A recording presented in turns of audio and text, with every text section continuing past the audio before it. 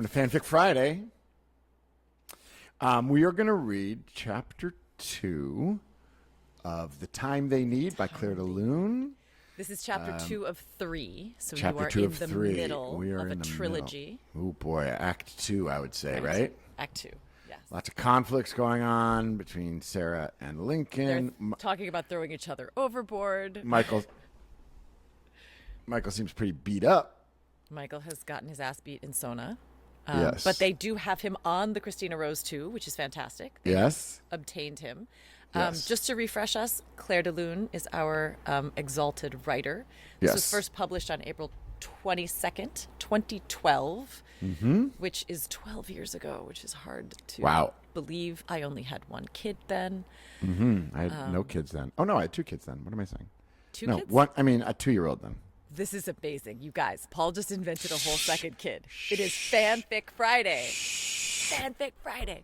Okay. So here we go with Chapter 2 of The Time They Need. 10 days. It's the time they need to help him get better. He's not an easy patient. At least that's what Sarah said a few times. And yet, quote, I'm used to difficult patients, Michael. This time, she gets out of the cabin, grumbling incoherently. Harumph. He can hear footsteps on the deck. Paul, can you do some footsteps on the deck for us? Be our Foley artist. Thank you. She's stomping up there, and a few minutes later, Link's head pops in. I'm not going to play negotiator each time you have an argument with your gal, Michael. I'm not his gal. Damn. Sarah's voice reaches them from the stern of the boat, clear and sharp. Michael thinks this statement is not exactly true. It's even totally wrong. Sarah just doesn't like the word. By the way, real Sarah doesn't like that word either. I don't know why, but the word gal seems pretty condescending. You And know, also to me, gal pal is terrible. it feels like it's from the Music Man. It's like, Well, you gotta that go makes see it your okay. gal. Like dame is less condescending than gal. I don't know. I think it's weird. I didn't have an argument with my girlfriend. I had an argument with my doctor. Ooh, yeah, well, both of them are bad-tempered, and you're quite something, too. Lincoln shoots back before he leaves the cabin. It's not that he's a difficult patient or that he's bad-tempered, even though he'll admit these explanations are not to be excluded, but he wants to get up, help, be useful, and not be told he's more useful if he stays in bed. He may have a few reservations about letting someone else take charge, but when someone opens the shower curtain to check if everything's all right because someone considers that 2 minutes is too long a time in the bathroom, it's right the moment where someone goes too far, and it's really time that he gets up, helps, and be useful. Someone number 1 points out he's his brother. Someone number 2 argues she's his doctor. Both of them are right, but still, this has to stop. Someone number 1 leads him to a seat on the deck and tells him, I guess you can hold a fishing rod. He snorts sarcastically. Sorry. That was good. Jeez, Link, thank you. Or if you'd rather prep the fish for tonight, someone number 2 Oh, wait, suggests. that's me. Or if you'd rather prep the fish for tonight. Are we getting... I'm someone number 2. That's it. Yeah, okay. Are we getting territorial about lines here? I don't want you doing an impression of me. Wow, actors. No, you No. don't. No, I don't. I really don't. Because you're going to do it better than I do. I don't and think I that's gonna could. be I don't think embarrassing. I don't have it. I don't have it. I have to work on Well, the that. last time you did when you did it in Southern, which was weird. Oh, right, yeah. Her hands are covered with various substances he's not keen to identify, so he grabs the fishing rod Lincoln hands him.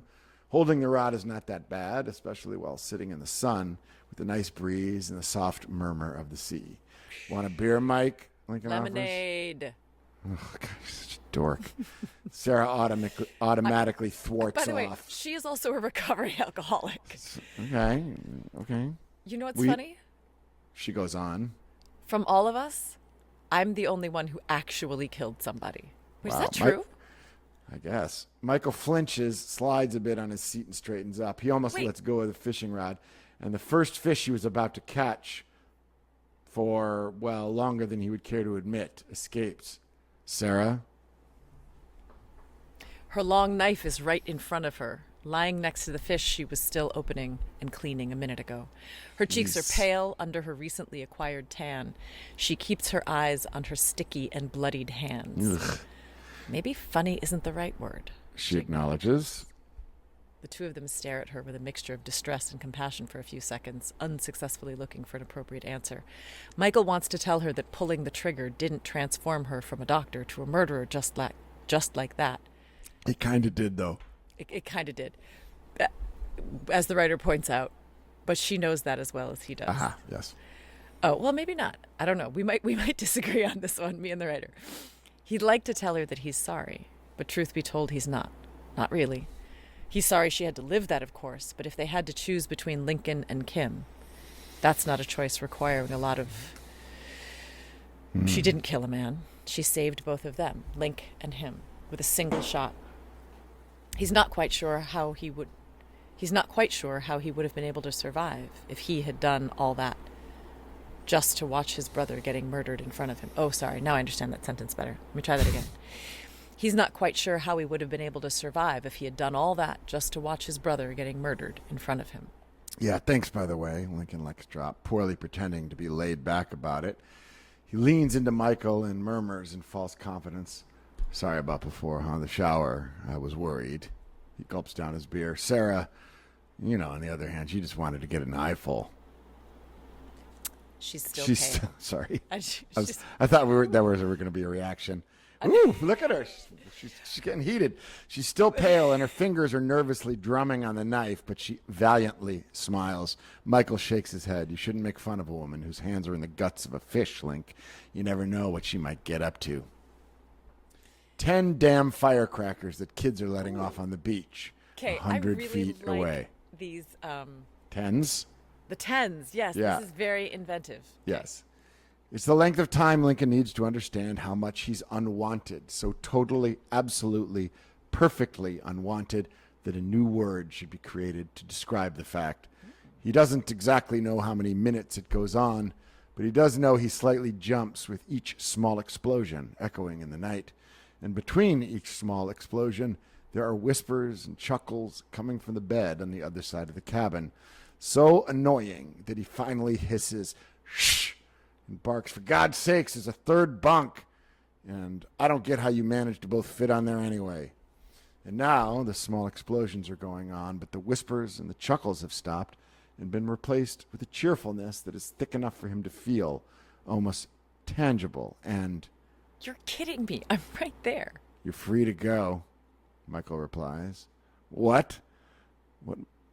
What Michael can't bring himself to tell you is grab a blanket and a beer and go sleep outside, or in the cockpit, or go weigh anchor, whatever. Just close your hatch on the way out, Sarah calmly enunciates. Damn. She should be embarrassed to ask him that, shouldn't she? She in no way sounds embarrassed. She even adds, "The iPod is in the drawer next to the fish hooks." "I don't want that thing. It only has musicals," he protests, and then realizes he has tacitly surrendered. Oh my God, so sorry. Wait, the backstory. I'm sorry. I just love this so much we have to say it. Sarah is kicking Link out so that they can go to, the boneyard. And she Ew. offers him her iPod, which, by the way, I love that this was written in the era of iPods. And Is only full of musicals. is only full of musicals. Oh, So, Sarah, okay. you dork. Paul, let's take a break. Name 3 musicals on Sarah's iPod. There's no Hamilton. This is a pre-Hamilton world. Oh, Rent? 100% Rent. 100% Rent. Probably The Producers? I think, okay, I don't know. Does she have that kind of humor? Maybe Spamalot. What are you trying to say? I don't think Sarah had much of a sense of humor. You think Guy's a doll? I think Sarah probably had I don't think we had a chance to understand her sense of humor because she was in a Okay. prison the whole time. Kellerman made all sorts of jokes. Kellerman was the one with we had the other end of the gun. True. I'm getting very Okay, defensive about this. I'm going to go Rent, Rent, Spamalot, Wicked. Guys and Dolls. Was Wicked. Wicked? Oh, totally Wicked. 100% Wicked. So just a big Idina Menzel fan. Big Idina Menzel fan. Yeah, and Kristen Chenoweth. Would there be a classic? There might be a I'd Les say Mis. Audra McDonald's Carousel maybe is on there. Audra McDonald's Carousel and Les Mis. Okay, there we go. Those are 6 songs. Oh, and Les Mis. Sure. Big into Les Mis. 100%, that was the first musical she Yeah, ever and, saw. and it's a justice music. It's about justice. It's Absolutely. right up her. Yeah. Allie is the end of that sentence. Okay. Oh boy. Okay. Take the iPod with you, Link. He gets up and does as he's told because his brother's voice is laden with the same determination it had when Michael told him, "I'm breaking you out of here." And, well, he's out, isn't he? Aboard the boat from hell, but alive and out. If you leave the creek, try not to run us aground. Sarah says. It was an accident because of the tide. All 3 times? Sometimes he really regrets he didn't throw her overboard when he had the chance. He's almost positive he would have succeeded to sail on his own anyway, eventually. By the way, no, he wouldn't have. No. You don't figure out how to sail on your own. No, especially if you're Lincoln. Lincoln. Sleeping in the open because he won't leave the creek, not if that means caustic comments on his ability to pilot the damn boat, is not that bad. Actually, when you consider that he could have never seen daylight again, sleeping in the open is fucking great. You're welcome. He settles against the hull, slides into his ears the first and, the second earpiece, too. The bright side of the story, he guesses, is that Michael is really getting better. Chicago. Of course. He fumbles with the buttons of the iPod, Sarah's pink iPod, until fuck off. This Sarah is doesn't fantastic. have a pink Sure. iPod. Come on. Until Cell Block Tango starts to play. Sure. The music isn't quite loud enough to muffle the sound of the damn firecrackers the kids are still letting off on the beach. Not to mention the noise. The firecrackers from inside. Hey, oh. All right. Next section. 10 weeks. It's the time they need to get the Christina Rose back. The real thing, without a lousy number after her name. And take to the open sea. No doubt it's an improvement on their living conditions, given the Christina Rose has, besides her main cabin, real bedrooms with sliding doors and queen-size beds. Yeah. The one he shares with Sarah is at the bow. Link's is at the stern. Moreover, as a precaution, his brother has downloaded, quote-unquote, man's music. Whoa. Paul, you want to weigh in on what man's music is? I'm waiting for I think that Claire de Lune will probably define that soon, but let's. Okay, if she let's doesn't, keep we're going to going. circle back to this at the end. Man's music, yeah. Until now, Michael hadn't been aware that music had a gender, but Link made a point of it to demonstrate that musicals are indeed chicks' music. I gotta say, I'm dropping a name right now. Schuler Hensley begs to disagree. Okay. So Michael can't really get why Lincoln hums Cell Block Tango each time he's on cleaning deck duty. Amazing. But he has learned that some questions aren't meant to be asked. Amazing. I will love never this person. be able to say thank you enough to Claire de Lune for that the image of Lincoln singing Cell Block Tango swabbing a deck. By the way, in my head, it's the deck of Captain Hook's ship in Peter Pan. Like that's Okay, because I'm picturing the orca from Jaws, but go on. Okay, fair enough. It's the only boat I know. Fair enough. We're not really boat people. Okay, take it away, Paul. Among other definite enhancements, there's satellite television, a shower booth with a lock, an internet connection, and a deck large enough for them to lounge in the sun. There's also a fridge with a bottle of champagne sitting in it. Despite everything else, death and the treason, or maybe because of them, it should be celebrated. When Michael comes back from the cabin with the champagne bucket, Sarah is lying on the deck, wisely covered with suntan lotion, a large hat on her head, and her back and legs have just the right shade. I am pale as all get out. He dips his fingers into the bucket full of water and ice, lets a few drops fall on her shoulders, and watches goosebumps on the smooth skin. She looks at him from under her hat, lazily murmurs, "You'll pay for that later." Pay for that later. Oh, there you go. And closes her eyes again. He carefully lays the bucket between them, bends over her, and kisses the shivers away. A different kind of shiver comes up, and he smiles. That's a start. She says. Sometimes Link says they won't be able to live like that forever. Sooner or later, they'll have to go to Sooner or later, they'll have to go back to Chicago, at least to the States. Link wants, and Michael thinks it's interesting that his brother has so many projects, resolutions, and good intentions, whereas everything he desires is right there within his reach. He really sees no problem living the way they do right now. He knows Link misses LJ, but that problem could easily be solved. When he said that how? I think by getting LJ there. Okay. So there's 4 of them on the boat. Sure, but it's the cushier boat. Fair enough. But teenage boy on a boat? Whew. When he said that you have to destroy before you can rebuild, his brother took it at face value, mostly kept the rebuilding part, and decided to rebuild in a different way. Lincoln has told him that in a few quick whispered words because he's not big on speeches and confessions.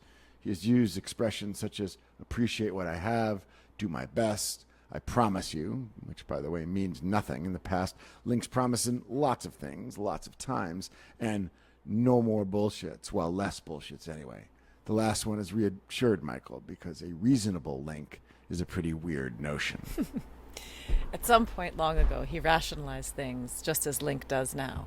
Acquire, order, improve. Currently, he's happy with what he has. Can't see the point to improve what's already working.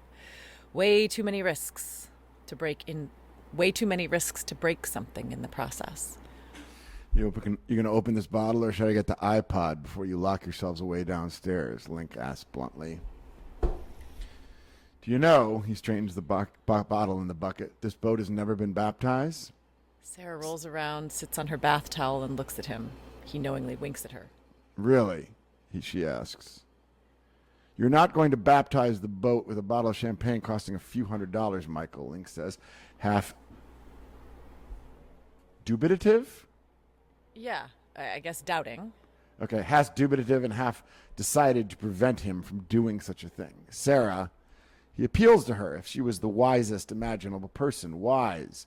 A woman who left her whole life behind her without a look back to trudge along with two guys, including a quasi-fugitive. Panama's authorities have not yet quite cleared his case.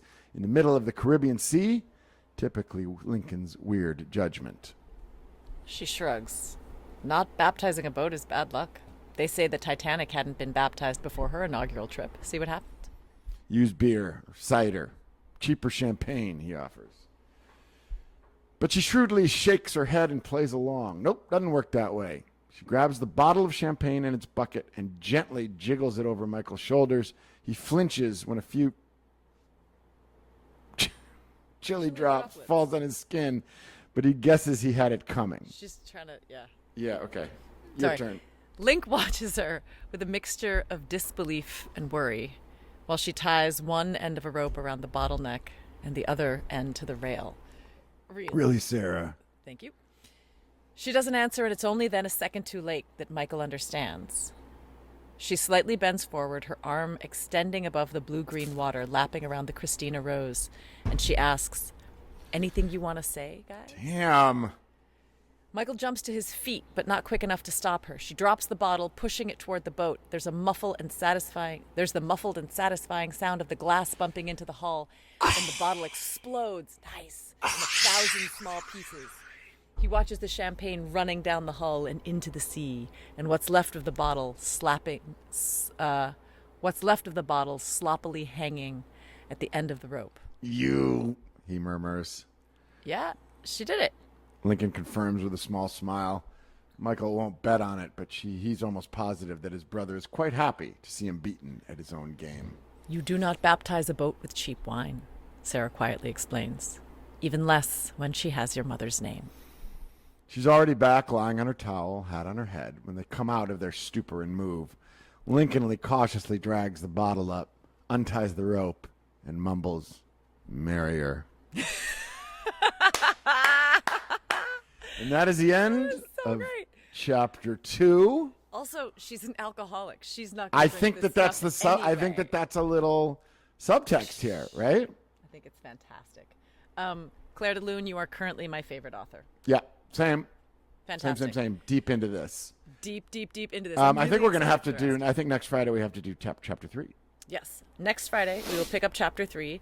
Until then, if you want to submit your own fan fiction for us to read, you can email us at pbpodcast@caliber-studio.com. You can DM us on our Instagram at Prison Break Podcast. Or you can read us your fan fiction by yourself. If you don't like our voices, you can have your friends do all your voices and just leave us a voice message on our call-in line, which is 401-3-P-BREAK. That's 3-P-B-R-E-A-K. We will see you next week. Bye-bye. Prison Breaking with Sarah and Paul is a Caliber Studio production. Your hosts have been friends but not besties, Sarah Wayne Callies and Paul Adelstein. Our prison warden has been producer Ben Haber. Keeping us slim and trim in the prison yard has been sound designer and editor Jeff Schmidt. The manager of our Jailbird band is yours truly, Paul Adelstein, who made all our music. Our prison artist, logo, and brand designer is John Nunziato and Little Big Brands. Check them out at www.littlebig.brands.com. And follow us on Instagram at Prison Break Podcast. Email us at pbpodcast@caliber-studio.com. And call us at 401-3-P-Break. Prison Breaking with Sarah and Paul has been a Caliber Studio production. Thank you for listening. And goodbye. Bye.